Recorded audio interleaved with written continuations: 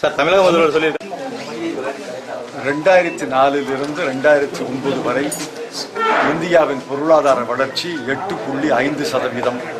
சுதந்திர இந்தியாவிலே அதற்கு ஈடான ஒரு காலம் இருந்ததே கிடையாது.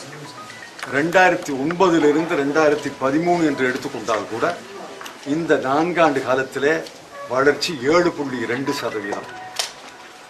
பொருளாதார குறியீடுகளை தமிழ்நாடு முதலமைச்சர் பார்ப்பது கிடையாது, படிப்பது கிடையாது, புரிந்து கொள்வது கிடையாது என்று நான் கவலையுடன் கருதுகிறேன். பொருளாதார குறியீடுகளை அவர் பார்க்க வேண்டும். பொருளாதார குறியீடுகளை பார்க்காவிட்டால் நேற்று 28ஆம் தேதி எக்கனாமிக் டைம்ஸ் 14வது பக்கத்தில் வந்த தலையங்கத்தை தயவு செய்து படித்து பார்க்க வேண்டும் என்று பணிவோடு கேட்டுக்கொள்கிறேன்.